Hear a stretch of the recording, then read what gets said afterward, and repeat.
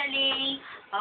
Thank you nga po pala sa inyong pinapadalang type nga po pala yun sa inyo na napupunta sa pondo ng youth.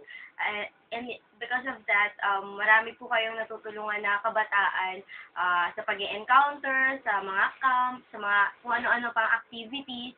And marami pong nakakakilala at marami po kaming nagagawa dahil sa inyo, dahil na rin po sa tulong nyo.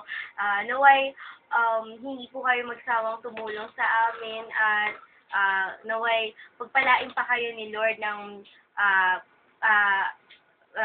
tawag dito, maraming blessings. Siksik-liligat umaapaw.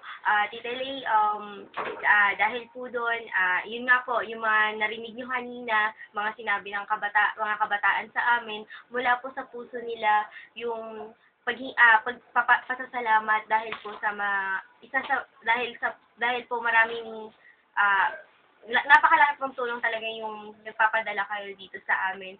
So, ayun po, binabalik namin sa inyo lahat ng blessings, and we hope and we pray na lalo ka pa pagpalain ni Lord dyan sa Hong Kong. Ayun, ingat po palagi and God bless.